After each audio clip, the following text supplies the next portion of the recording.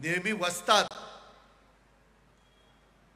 त्याच्या हाताखाली जो शिकतो त्याला सगळे डाव शिकवत नाही, एक डाव वस्तात राखून ठेवतो, बाकीचे सगळे त्यांना सांगतो। मला त्यांना सांगायचं, अजूनही चुकभूल करू नका, तुमच्या वडिलांच्या बरोबर राहा।